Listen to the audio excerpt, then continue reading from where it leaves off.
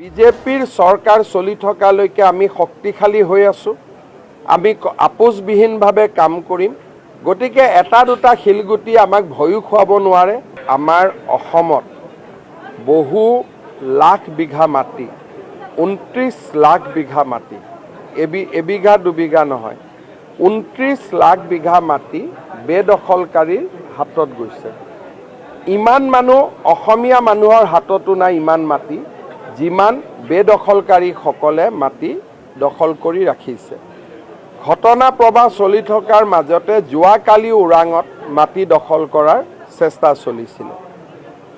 এটা এটাকৈ লাহে লাহে আমি উচ্ছেদ কৰিব লাগিব। ক'ৰবাত আইনী বাধা থাকিব, আইনী বাধা আঁতৰাব লাগিব। আৰু এটা কষ্টকৰ কাম, কিন্তু আমি হাতত লৈছোঁ, লাহে লাহে আমি কৰি গৈ থাকিম। আৰু এখন আমাৰ তালিকা আছে যে কিখিনি আমি কাম সোনকালে কৰিব পাৰোঁ, যাক ইংৰাজীত ল' হেঙিং ফ্ৰুটছ বুলি কয়। আৰু আমি প্ৰত্যেক মাহতে কোনোবা নহয় কোনোবা এটা জেগাত কৰি থাকিম।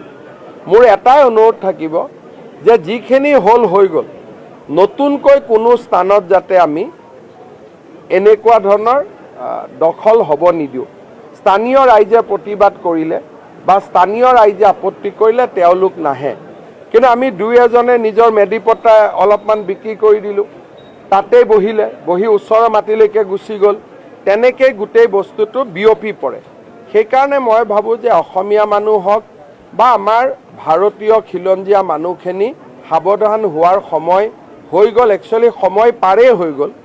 এতিয়াও যদি আমি অলপ সাৱধান হ'ব পাৰোঁ, হয়তো আমি জাতিটোক জীয়াই ৰাখিব পাৰিম।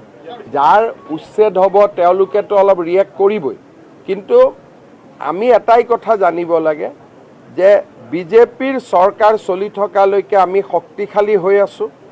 আমি আপোচবিহীনভাৱে কাম কৰিম। গতিকে এটা দুটা শিলগুটি আমাক ভয়ো খুৱাব নোৱাৰে।